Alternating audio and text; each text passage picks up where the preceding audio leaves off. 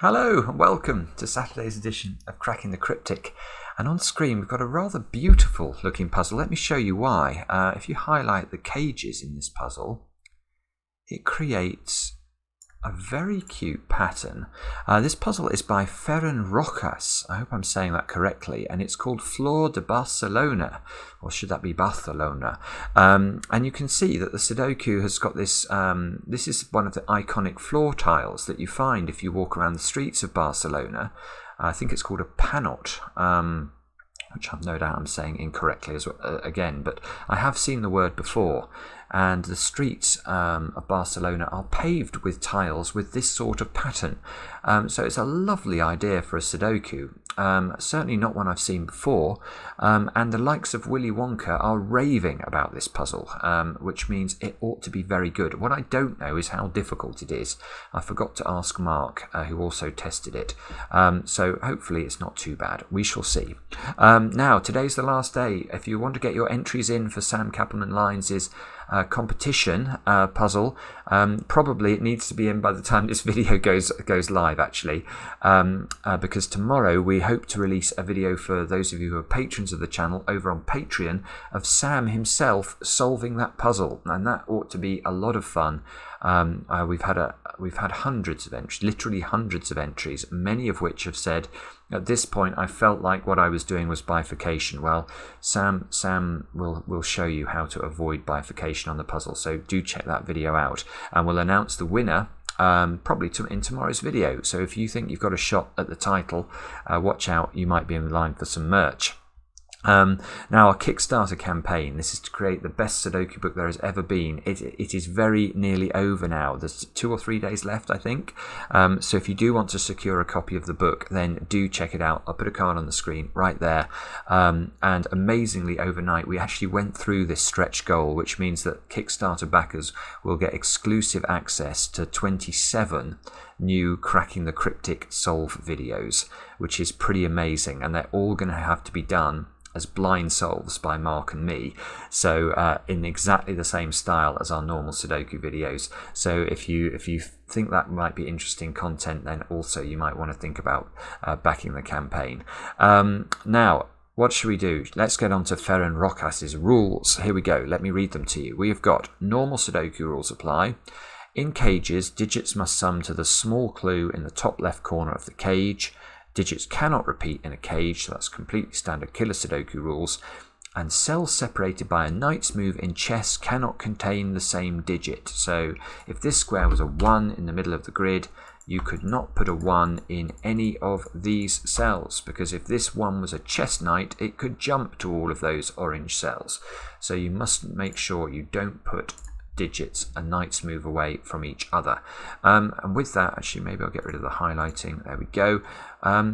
Do have a go at the puzzle, of course. The way to play is to click the link under the video. Now I get to play. Let's get cracking and see how we do.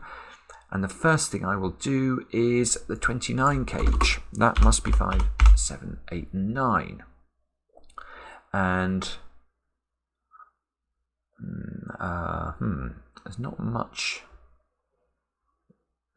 in the way of giveaways, is there? Now, one thing that I'm wondering about immediately, though, is whether every cage in this puzzle is sort of an L tetromino. It's a Tetris piece. Now, perhaps there is something interesting. There's interesting things about cells like this. So if we look at this L tetromino, whatever goes in this cell could never appear anywhere in this L tetromino, because these two cells are knight's moves apart, and obviously this cell sees those by Sudoku. So perhaps it's not that useful, but it does mean that square is limited to just one of 4 different digits. It can't be 5, 7, 8 or 9 or 1. Okay, now it does feel like a very geometric pattern, doesn't it? But just thinking about this one, which is, at least we have digits and candidates for. This cell, for example, it's a bit useful, but it's nothing like as powerful as that one. So you can't, this cell sees those 2 and that 1 by knight's move, but it's still possible those 2 are the same digit. So actually that is a bit worrying, because when I first opened the puzzle, I presumed there would be, there would be some sort of restriction coming from the knight's move relating to the pattern of the El Tetrominos, but that was erroneous. A 27 cage, that must include a 9, because the last time I added up 8, 7, 6 and 5, I only got to 26. So that means that square, it means that square's not a 9. Again, not terribly helpful. Oh, where does 1 go in box 2? Look, 1 can't go in those squares. It can't go in the 29 cage, so it must go in one of those squares, which means it's in one of these cells. Now, is that useful? No, bobbins, that is not useful. In fact, it's interesting. Look, this 2 there's sort of a weird symmetry going on between those cages and the way they operate with the corner cells, because this 27 cage can't have a 2 in it, because 7, 8 and 9 only add up to 24. So the 2 here must go in one of those cells, and therefore one of those 3 cells. Oh, good grief. I think we might be in for another long one today. This is not... There's just nothing to go on. All of these cages, other than this one, are very indeterminate. There's a lot of options. Do we have to do something with all of them together? Let's just highlight them again. Maybe the solution is in the floor tiling pattern.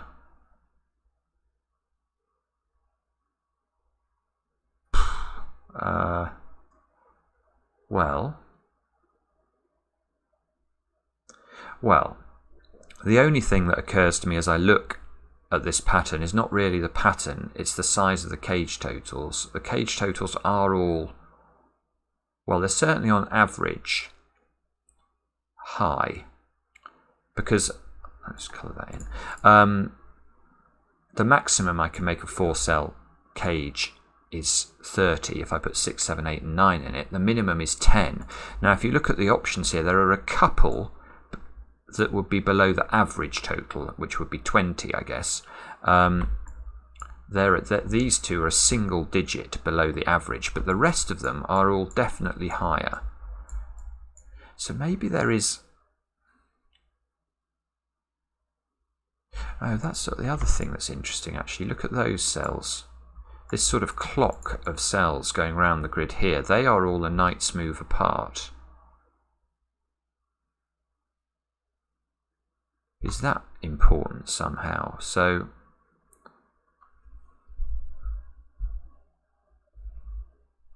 not really seeing why. That does feel, that's nagging at me though. The fact that all of these cells are exactly, so whatever we put in this square, yeah, that's interesting. Whatever you put in that square can't go in any of those. Why is that important? It might not be.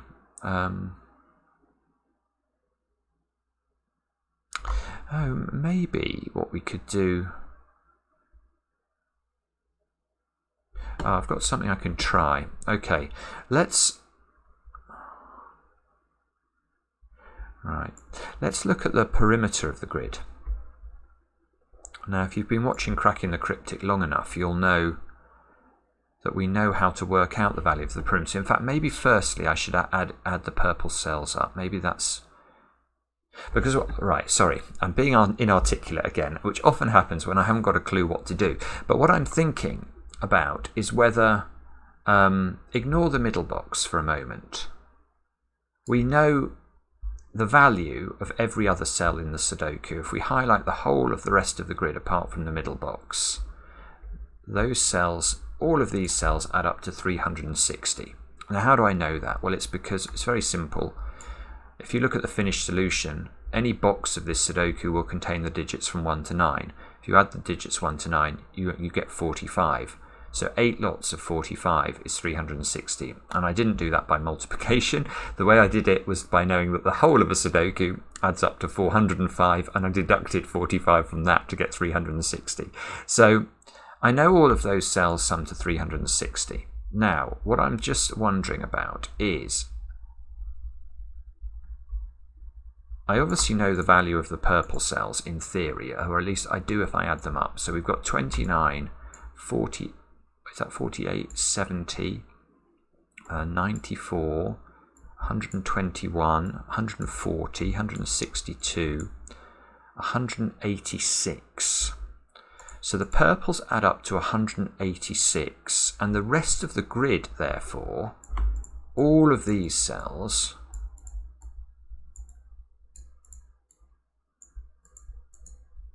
all of those cells have to add up to 174. Now, that might be restricted actually, because if we think about the perimeter, how do we work out what this perimeter adds up to? And the answer is we can't do it exactly, but we can do it approximately in this puzzle, because if I look at those cells, that's a complete row of the Sudoku, so that adds up to 45. That row adds up to 45. This column adds up to 45, and this column adds up to 45.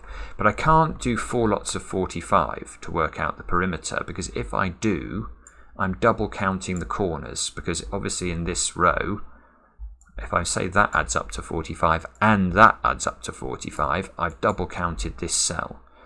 So what we can say is that the perimeter of any Sudoku adds up to 4 lots of 45, which is 180, minus, actually let's highlight that, minus the corner cells. Let's highlight those while we're at it. We'll make a very pretty pattern. Now, so the reason that's striking me as a bit interesting is if the purples add up to 186 and these highlighted cells add up to a number that's related to 180, it's got to be quite a lot below 180, because I've still got to include, because obviously 180 plus 186 is already greater than 360, which the whole grid must add up to once I've included the clock. I'm going to colour the clock in. Oh, that's a bad choice. I'll colour the clock in a different colour. It's not much better. Sorry. What shall I... maybe grey. I'll do the clock in grey. Yeah, ooh, I'm not sure. I'm not sure that differentiates it from green terribly much for me. But anyway, I'm running out of options, so let's do that. So let me think about this. We've got 186 in the purples. I've got 180 minus the corners for the perimeter, plus the greys. I've got to equal 360.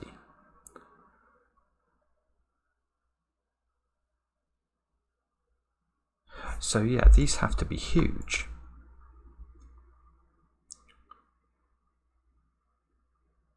Yeah, I mean, you can see if I put small digits in there, if I put 3s, these are the minimum these could be.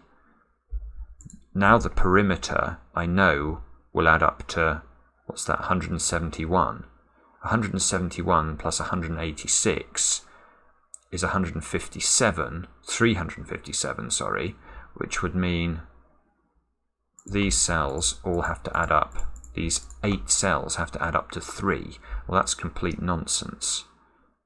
So these have to be big. Let's make them big. If these are 9s, now what's the maths look like? So now we've got 21 in the corner cells. So the perimeter now adds up to 159. 159 plus 159 plus 186 is 345, I think. 345. So the grey cells in this puzzle have to be a maximum, an absolute maximum of 15. And there are 8 of them. Now that might be what we're after. So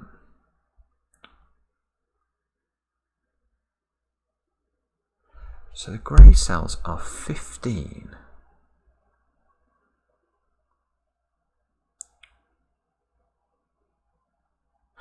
Now the reason I'm wondering about that is that because all these grey cells see each other, all by knight's move,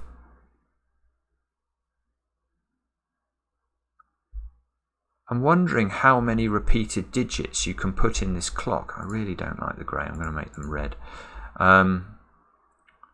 Because if...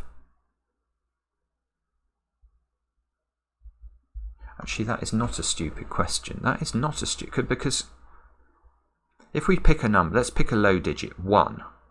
Can we put 4 ones into these? There's no way you can put four ones in.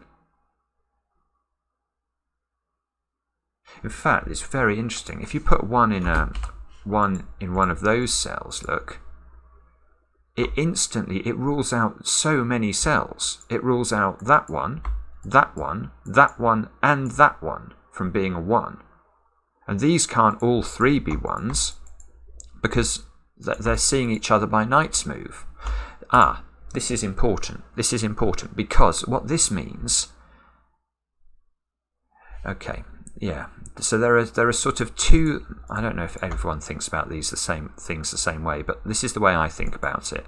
There's sort of an inner ring here, these 4 corners of a square, and there's the outer square, which has been flipped, so it's like a diamond, these 4 squares.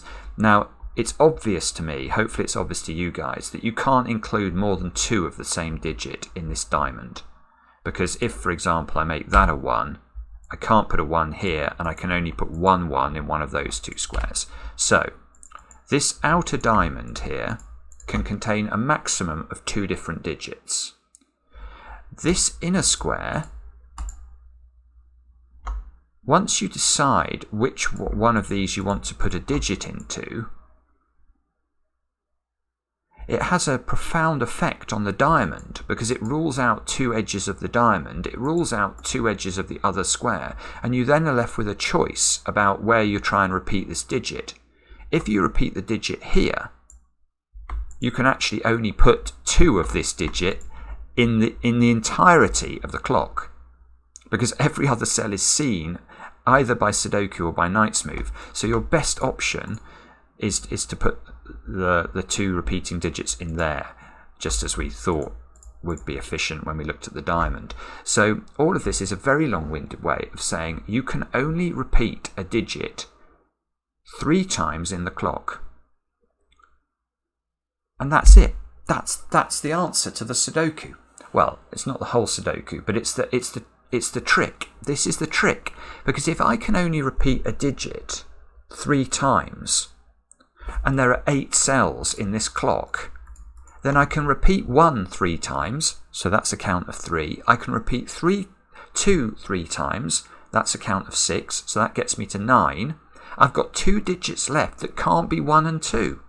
So they have to be 3. They have to be 3 because the total has to be 15 as a maximum.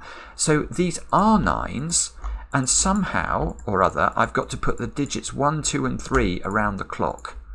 And that is rather lovely. That's an incredible idea to start this puzzle.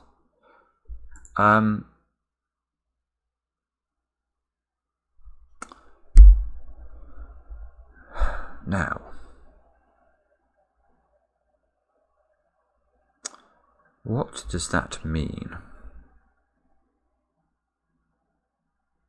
Well, the first, doesn't it mean that these digits have to be 1 and 2? Because if I repeat a digit in the square, you can only get 2 of that digit in the puzzle, in the clock. And I need 3 1s and 3 2s. So these have to be 1s and 2s, but I don't know how they go. It could be 1s here and here, or 2s here and here, or 2s here and here, and 1s here and here, or some arrangement. The only thing we know is that obviously 1s and 2s can't be across from each other.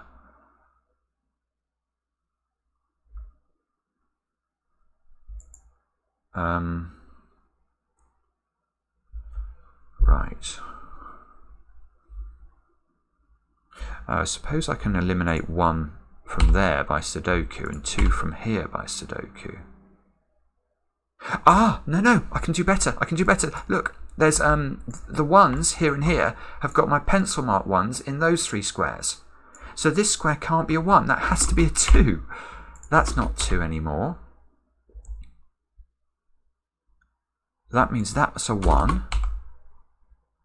Oh, that's interesting. Look, that was being disambiguated by the 2s there as well.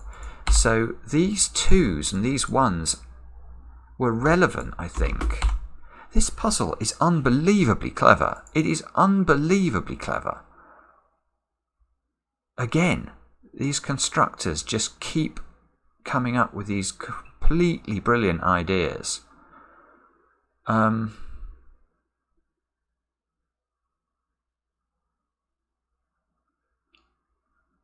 Now, I'm just wondering if we can keep using our pencil marks somehow. So I've got 1s in one of those 2 squares.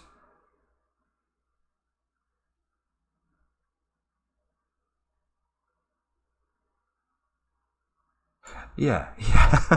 Well, it's not the 1s I've actually noticed, but the 2s. This can't be a 2. If you put a 2 here, these pencil marked 2s force me to put a 2 there, and now you can't put a 2 in the middle.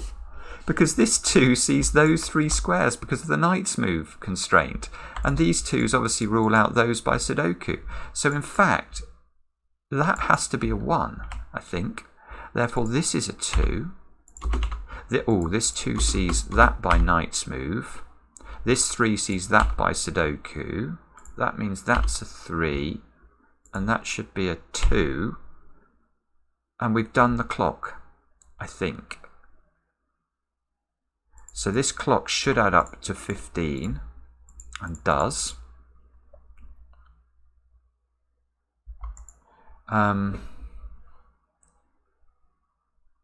What a puzzle, eh? What a puzzle this is. Now, please, will you give up your secrets a bit more straightforwardly? 2's got to be, look, in one of those squares by Sudoku. 2 must be limited in the middle, you know, because this 2 is seeing, yeah, look, where does 2 go in the middle? There's only 1 square left. This 2 sees those 2. That 2 sees that because of the knight's move. 2 goes there. So presumably 1s which are symmetrical with 2s, you can see the 2s and the 1s are totally symmetrical about box 5 of the grid. So we must be able to, I presume, yeah, we can get the 1 in there.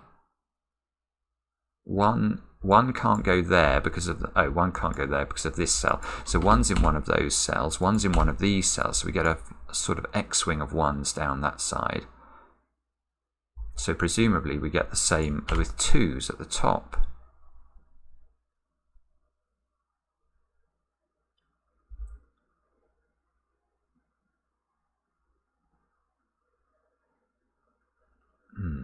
That is nearly interesting.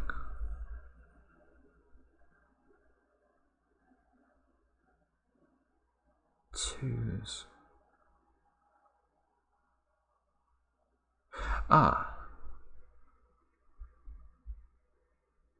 No, that is interesting. Good grief. Okay, let's look at these 2s. These 2s, it doesn't matter how they're disposed in the finished solution. They'll either be like that, that's one possibility, or they'll be like that. Now the critical thing is that whichever way round they go, it puts a 2 in this 19 cage. If we know there's a 2 in the 19 cage, can this be a 1? The answer is no. Because if this is a 1 and there's a 2 in the cage, the other 2 digits would have to include a 9 because they would have to be 7 and 9. But you can't put a 9. Because of this cage here and the 9 in the corner, you can't put a 9 in the 19 cage. So this square, I don't think this can be a 1. This has to be a 1. So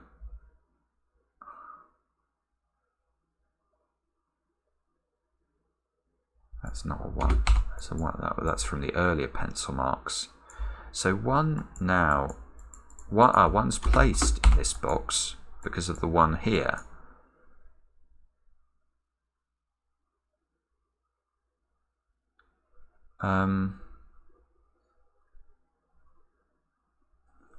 Good grief. Okay. That can't be 3 now. So this has been reduced to 4 or 6 all of a sudden.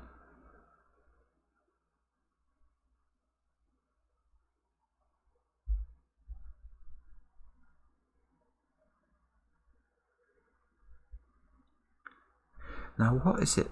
What's this one? This one is saying that there is a 1 here. 9s, look, these 9s are pushing a 9 into one of those cells. That's interesting. Ah, yeah, that is interesting. That is interesting, because now look at the geometry of the puzzle. Where does 9 go in this box? 9 can't go there anymore, because it will rule a 9 out of all 3 of those cells. So 9 must be in the 22 cage, which means 9 is not here anymore. Ah, this is interesting, because now 9 is in this domino in box 9. Therefore, it can't be in that domino in box 8, because if it is, it will see both those cells by knight's move and Sudoku. So there's a 9 in one of these 2 cells. Oh, good grief. So this now rules out the 9 from there, and we get to place a 9 in the puzzle, which places a 9 here. Oh, no, it doesn't. Sorry, I didn't see. Look, there's a pencil mark under there. Oh, no. Double bobbins. Look, you can just about see it. I nearly missed it and put a 9 there, but there is a 9 in that one as well. Oh,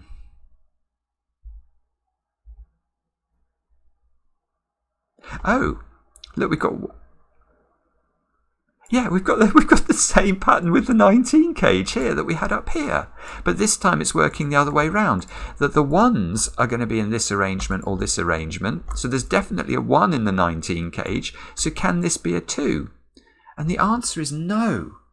And this is the point of this 27 cage we looked at the start and said there's a 9 in it, because the existence of a 9 in the 27 cage combined with the 9 here means you can never put a 9 in the 19 cage, and therefore you can't put this. This cannot be a 2, given we know there's a 1 in it. It's just stunning. So we're going to get the 2 now. Yes, we get the 2. So we've now done all of the 1s. Oh no, we haven't still resolved the shape of these X-wings, but the 9's up here. Are we going to get the 9 again from this same logic? Because everything is symmetrical in this puzzle. So the 9 is now... Oh, sorry. The 9 is in one of these 2 cells, which means it's not there. But I think we're going to do better than that, aren't we? Because...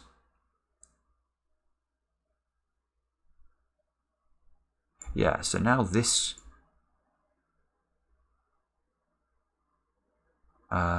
no, maybe it's here we have to look. Yeah, it is. This can't be a 9 because it would rule a 9 out of both those positions. So the 9 is in the 22 cage, just as it was over this side. Therefore, this isn't a 9. Therefore, this is a 9.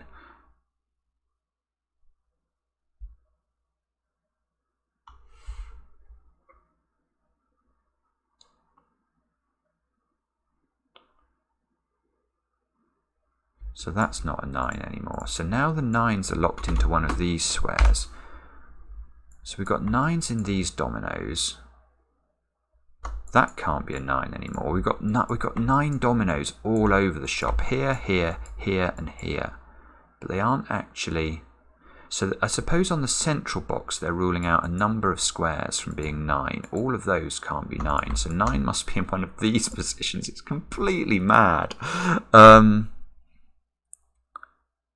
So it's just to reiterate what I did there. If this domino has to contain a 9, you can't put a 9 in either of those squares, because it will, if we do, it will see this one by naturally and that one by knight's move. So that's how I was doing that.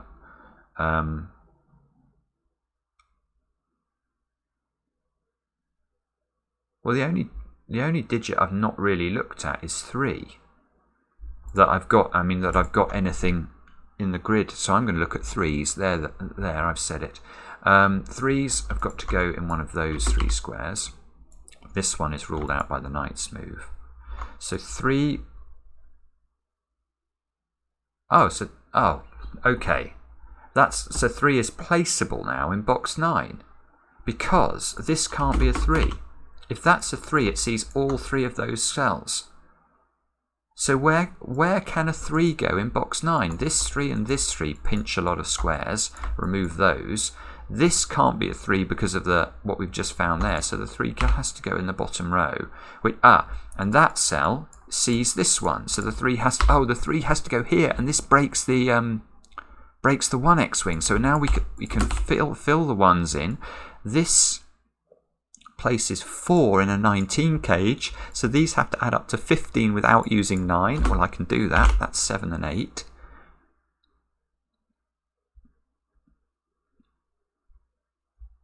Three now has to be in one of those 2 squares in the middle box.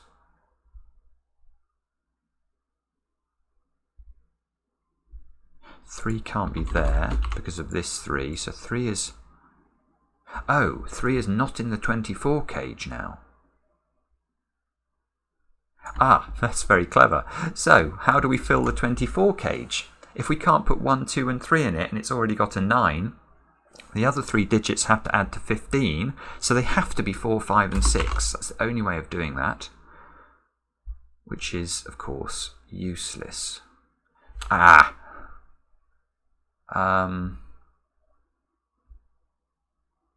We could be going for treble bobbins in this puzzle. How long have I had? 32 minutes. I haven't felt I've been that slow, I have to say. It's been a fascinating 32 minutes. So, can I do... I'm going to use symmetry again then. Yeah, okay, I'm going to get the same thing, aren't I, in this box with this 3. So this 3 rules out those 3 squares, which means there's a 3 in one of these 3 squares. Now, where does 3 go in this box? It can't go there, it can't go here, and if I put a 3 there, it sees all 3 of those 3s. So this square must be a 3. Which places a 3 here, which fixes the 2s, of course. This puts 5 into the 19 cage, so these have to be 7. Oh no, not 7 and 8 again, that wouldn't add up. 6 and 8. They can be 6 and 8, that's better. They can't, because they can't include a 9, and they have to add up to 14. Now, so now this can't be an 8, because it would rule an 8 out of both of those squares. You can't put a 6 in either of those 2 squares, so the 6 must go here. Now there's a 6 over on the right-hand side of the grid, which is useless. But this column now hasn't got a 7 in it, so we better put one in. There's a 7. These 2 squares have got to be 4 and 5.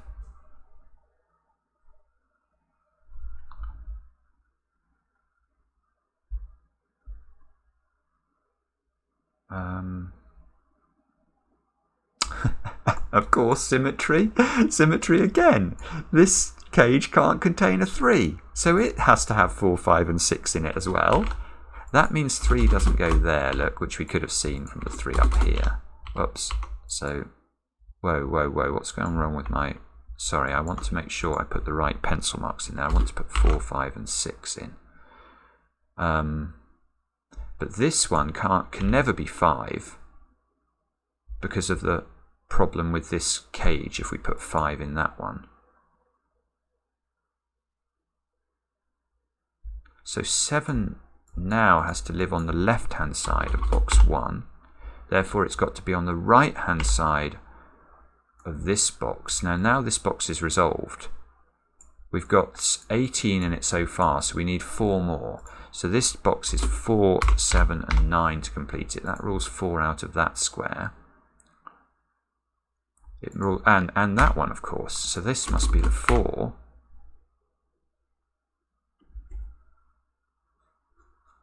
This bottom cell must be a 5 or a 6.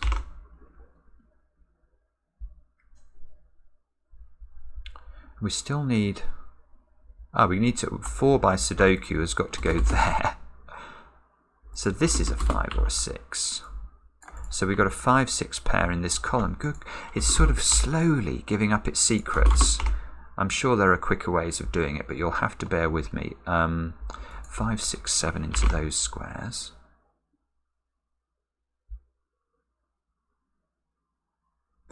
Okay. So now the 6s have pushed a 6 into the 27 cage. So far we've got 15 and we need 12 more, and we can't use 3, 9. So we're looking at 4, 8 or 5, 7. But the 5 here is pushing a 5 into it as well, which is great. So there must be 5, 7 in here, which means this must be a 4, 8 pair at the bottom of the grid. Therefore we get another digit. That's got to be a 7. So there's a 7 over on that side.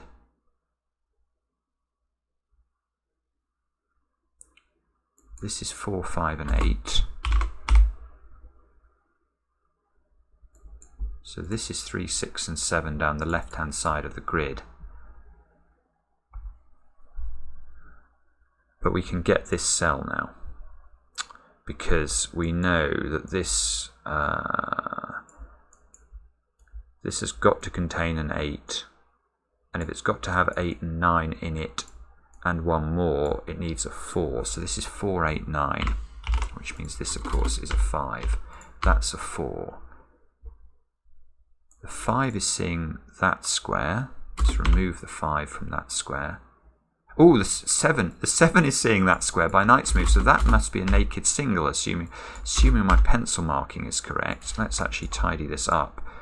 I think we're looking for 5, 7 and 9 in these squares, and I'm claiming this can be neither 5, 7 or 9, and it can't because of a sort of plethora of knight's moves hitting this square.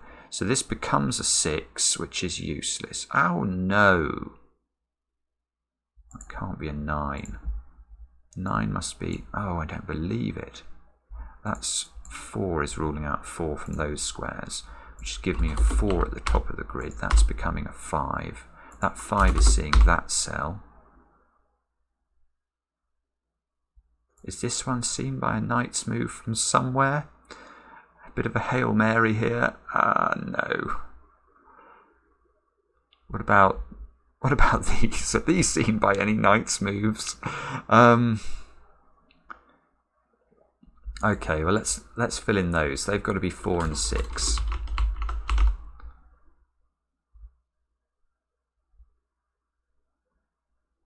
So what we're going to have to do now is we are going to have to check the whole grid to find the place where I've missed the knight's move. Oh dear. Or the Sudoku. Either of those things is possible. But hopefully, in the end, I will be able to solve this puzzle. I'm hopeful now. Let's have a think. Where is 7, 8 here? So this square can't be a 7 because it would rule a 7 out of both of those positions. So that becomes 5 or 9.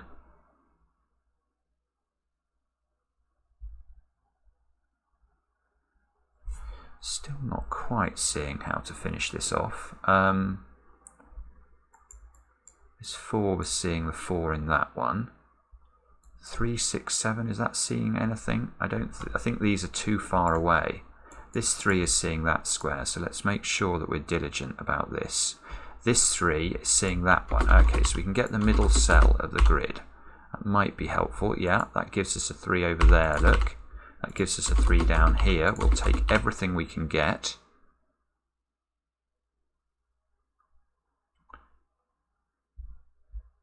I feel like the 5s and the 6s might be resolvable, but I don't know why I feel that. This 4 is seeing that cell. 4, look, can't go in those two or those two. So 4 must be in one of these cells, which is a singularly useless observation. 8 has got to be in one of those cells. Oh no, come on, I mustn't break this puzzle now. It would be so upsetting if I can't finish it. I'll be so cross with myself. Come on, Simon. Spot whatever it is you need to spot.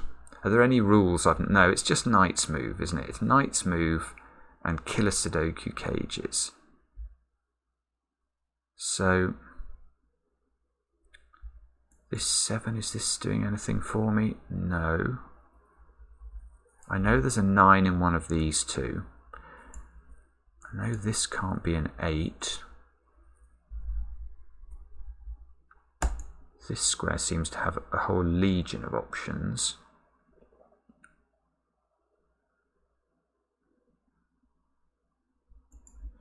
It's almost a triple here, but not quite. The 6 could still go in either position.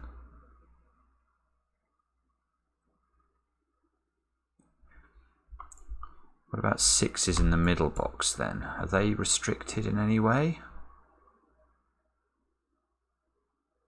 Not so as I'm seeing. So if this is 4, 7, 9 here, these are 5, 6 and 8. Let's put that in just in case something's seeing them.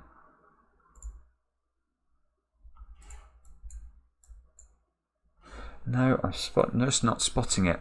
I'm so sorry about this. Now, where is it? It's going to be one pesky digit that I can't spot.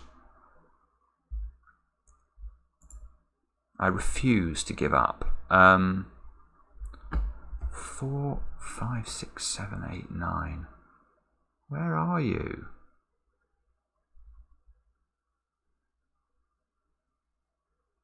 Still not spotting it. This was a big spot here. Maybe the equivalent square here is spottable. So that would imply there needs to be a 7 or a 5 pointing at this cell. Those two squares are not a knight's move away from that one, so that doesn't work. I'm beginning to wonder whether I've made a mistake, because this... Oh, God, there it is. There it is. I have spotted it. So sorry, guys. That's just appalling solving, but hopefully you'll forgive me. It was perhaps not so embarrassing until that moment. Now look, it's just unwinding. Well, it was unwinding a little bit. Anyway, that must be an 8 now, assuming I trust my pencil marks, which I do. Okay, so this all got resolved. That can't be 7 anymore. This can't be 9 anymore, so this can't be 9 anymore, so the only place for 9 in the middle box is there. That gets me the 9 here, gives me the 9 here, gives me a 7, gives me a 4, fixes the 4 and the 8, which fixes the 8 and the 6. That fixes the 5, the 7. This has got to be 6, 5, 6. It's not surprising, because I think that I was obviously virtually there, and then just couldn't spot that last step. That's got to be 8, 9, 7. This square should be a right in, that should be a 5. I think that looks okay, doesn't it? This square should be a right in, that's a 6. That's useful. That gets me the 4s and the 8s done. 5s and the 6s over here are done. And we just have to finish off with 4 and 8 in the middle. And how do we do that? There's an 8 here. 8, 4, check, yes. What a brilliant puzzle that is. That is stunning. I'm a bit nonplussed about the 5 at the end, but apart from that, that required some reasonable intuition, I think, to solve this. This clock idea, using the perimeter as well, was a beautiful break-in, but really difficult. And yeah, Ferran Rojas, that is a beautiful, beautiful tribute to your hometown. I hope you enjoyed that. Let me know in the comments. Don't give me too much of a hard time, please, and do check out the Kickstarter. Thanks for watching. Back soon with another edition of Cracking the Cryptic.